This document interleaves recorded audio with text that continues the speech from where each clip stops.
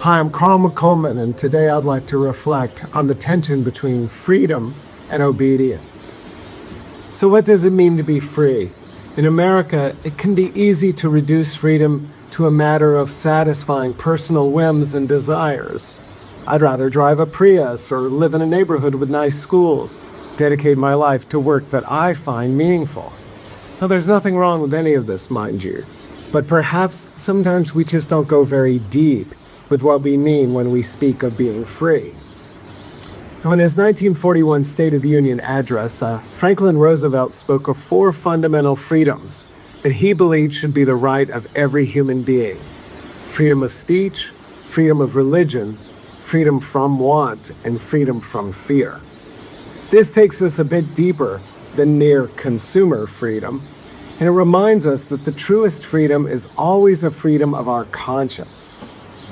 Meanwhile, St. Paul, in his letter to the Galatians, provides an even deeper and more powerful definition of freedom, which he paradoxically describes as becoming enslaved to one another, which is his way of describing the freedom to be able to do the right thing.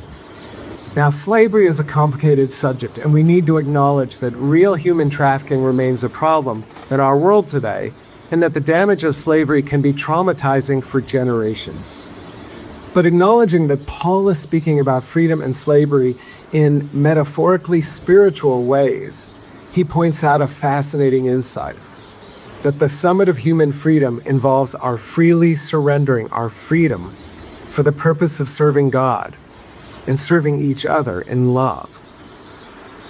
Meanwhile, the great Spanish Carmelite mystic Teresa of Avila offers us keen insight into the tension between true freedom and spiritual obedience. It offers a real criticism to the limitations of equating freedom with personal desire. Teresa says the highest perfection obviously does not consist in interior delights. Now, she is speaking primarily to nuns, so she is equating interior delights with religious or spiritual experience. But it's pretty easy to see that for Teresa, a freedom that is based in making choices to satisfy personal desires is really not that much of a freedom at all. So how does Teresa define freedom? Simply this: having our will so much in conformity with God's will that there is nothing we know He wills that we do not want with all of our desire.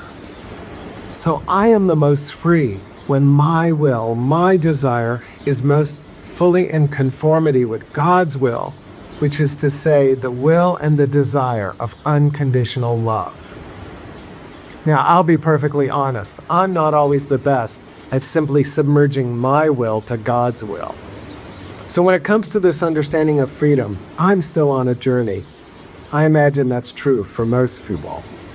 It's so helpful to remember that the spiritual life is always about grace, about divine grace, more than just our efforts. Yes, freedom implies personal choice, which implies free will. It's up to me to choose to give myself to God so that God's will becomes my desire. But none of this would be possible except through grace. So there's one other freedom worth mentioning here: the freedom from perfectionism. We are all pilgrims on the road to divine love, which means by definition that we have not yet arrived. What is most important is that we are on the journey. We are slowly but surely giving ourselves every day more fully to the love of the Spirit. Sometimes that obedience is easy, sometimes it is hard, but it is always a source of life.